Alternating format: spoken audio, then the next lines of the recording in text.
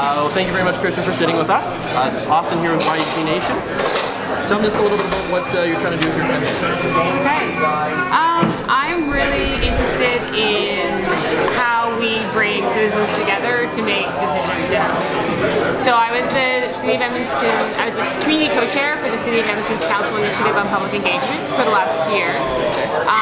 And I've done a lot of other kinds of community-based nonprofit community organizing work around everything from maternal infant health to human rights to land use planning. It's kind of a wide range of things. Awesome. Local food.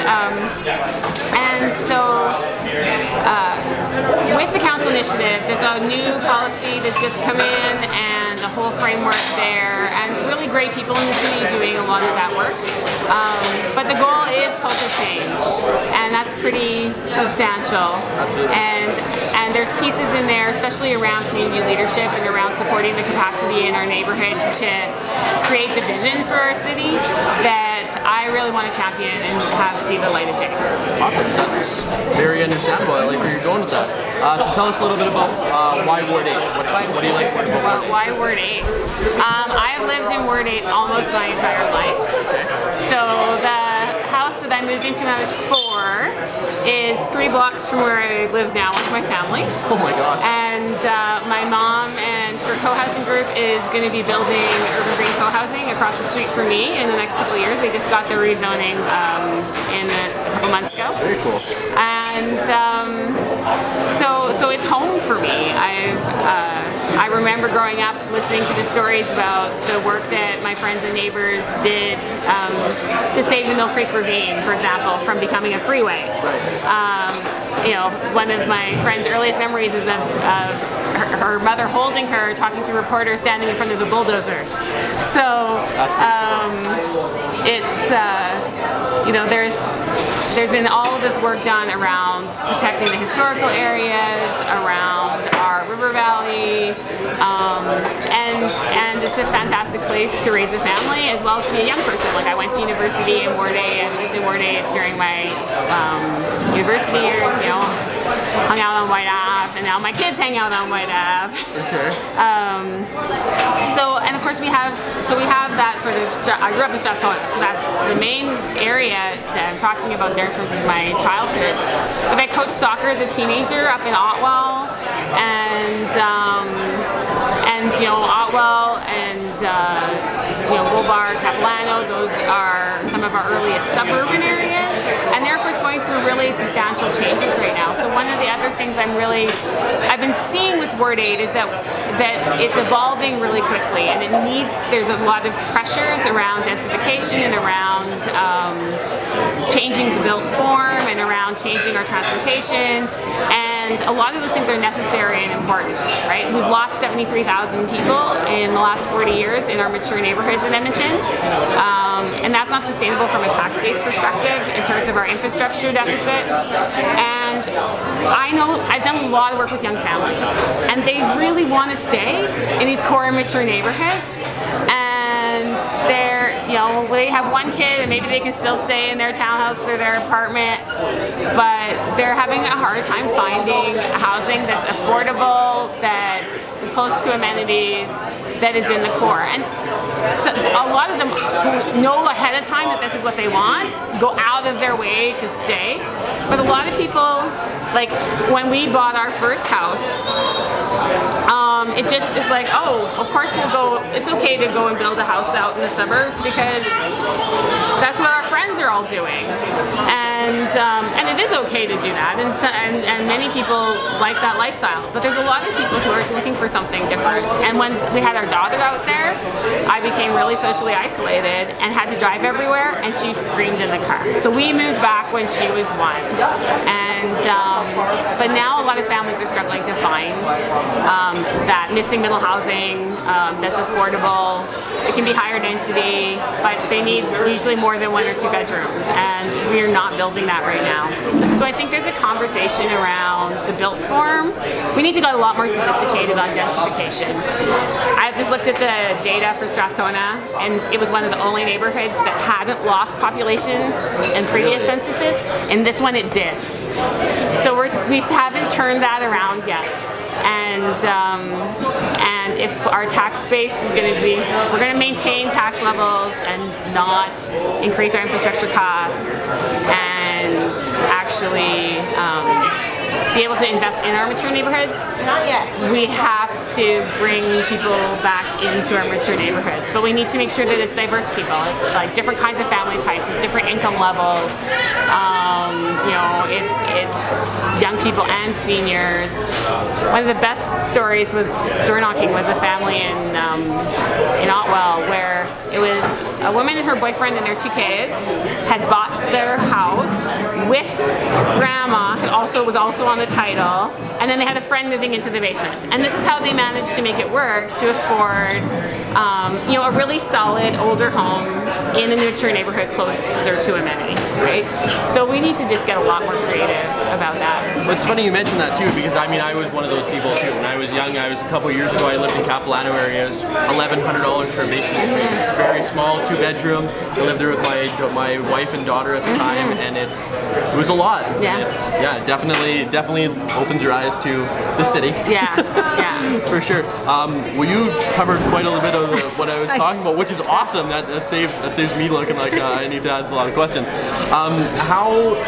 What was one thing that really defined you wanting to get into politics? Is there any kind of one issue or group of issues that came up in your life that was like, I need to do something about this? You know, that isn't, my motivation hasn't been really issue driven. I really, I do really think we can get a lot more creative about how we bring the community together to have the conversations ahead of decision making. And I've seen the power of that in community organizing, and I think we have. So for me, it's about that kind of potential, and so it's been this kind of. In 1995, when Jan Reimer lost, I felt sucker punched. It was the first election that I had voted in municipally, and I just thought politics are horrible for women, and I can't go into politics. I think at 21, the fact that I defined myself as somebody who wasn't going to go into politics as a mental exercise is maybe something I should have been paying more attention to. But political work is something that I've done in lots of different ways, and so I'm quite excited about that opportunity as a counselor to be not just going to community meetings, but to also then be connecting those different groups and organizations together, to be talking to people on the doors between elections, and then taking that and then also looking at the policy side. I just kind of geek out on that stuff. I like reading those things and bringing, because I'm a bit of a generalist. Like I'm not a planner, and I'm not a lawyer, and I'm not an economist, but I have interests in those areas, and I've read a lot, and as well as many others. And so the idea that I can also work around those policy issues and sort of get creative about that and work with the capacity in our community and in city administration and in our entrepreneurial community to come up with the best ideas really excites me. And then there's that strategy piece. It's like, how do you bring really different interests together at the same table? Like, how do you bring the development community and neighborhoods, which so often seem just totally at loggerheads with each other? How do you change that conversation and bring those people together so they understand each other a bit more and can actually work together? Like, there's power imbalances sometimes there, which we have to be conscious of, but we also tend to just lump all of the development community, for example, all of this business community over there, all of these neighborhoods over there, together as if they're one monolithic thing, and they're not. They're all different, and they have different interests and different capacities. And so it's those three pieces that just really excite me about political work and political life. So here I am. That's awesome. That's really cool. It's interesting to see somebody who's got such a passion of, again, trying to not necessarily separate things, but just make sure that they're put into the right place and getting the right attention. That's really cool. I don't really have a whole lot else that I was interested in bringing up. The only other really thing I had to ask you, if there was somebody that was in your ward, obviously again in Ward 8, if people aren't aware, this is White Ave, this is, you know, Sugar Bowl is one of the icons in this area, all the way down to Saskatchewan Drive, Capilano, Otwell, some other neighborhoods I might have missed. Lots, yeah. Lots of really good neighborhoods, and the older, more iconic communities of the city, which is awesome. I grew up I went to high school in Vimy Ridge, so I mean, Ward 8's home for me too. But what would you tell somebody that might not have, again, kind of like myself, that might not have a lot of information about politics, and in the ward to get them motivated to change? So what I think is, so often, one of the things I ask people at doors is, like, what are your ideas for your neighborhood? Like, when you walk around your neighborhood, when you go about your daily life, like, what are the things that ideas you have of, like, this would be really great, or this really irritates me, because that's the kernel of, most likely a municipal issue.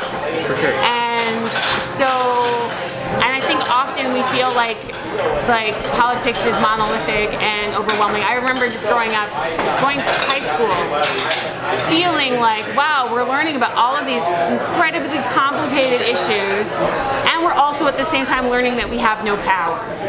Well, that's a recipe for apathy, right? Like, there's these complicated issues in the world, and we have no ability to change them. And what I've learned over time, and what I worked hard to figure out, because I was so frustrated by the fact that I kept having the impression I couldn't change anything, was that, you know, working with one or two other people, talking to a few neighbors, reaching out and just meeting somebody you don't know very well, and having a conversation about what you're interested in, can spark all sorts of, it's generative, and it sparks all sorts of ideas and capacity for changing things. And the reality is, it seems monolithic, and the processes are sometimes really draining for community, especially if they're not well supported. But you can make changes in your own neighborhoods, and I see that with the co-housing, for example. You know, it's a totally different model of living. It's multi-generational. It's environmentally sustainable. It's been a huge amount of work to make it happen, and a massive risk financially and all of that. But a group of people came together and were like, we have this idea, and we think we can do something, and we're going to have to navigate step by step through that process. But it can also be something as little as, you know, a plot of bare land that you decide with your neighbors to plant, or people are really excited about the spontaneous beach that has appeared in Cloverdale, right? And who knows, like, there's a lot of complicated things that need to happen to make sure that stays, or to see if that's viable for that to stay. But there's a germ of an idea there. So if you have those ideas, build on them, connect with them, and recognize that municipal politics is a place where you can change where you live every day. And counselors are accessible. You can ask any counselor for a meeting. It's not that hard to get a meeting with a counselor. And they should be able to help you navigate administration and figure out what's possible. So talk to us and think about your own ideas, because we can make things happen. That's really cool.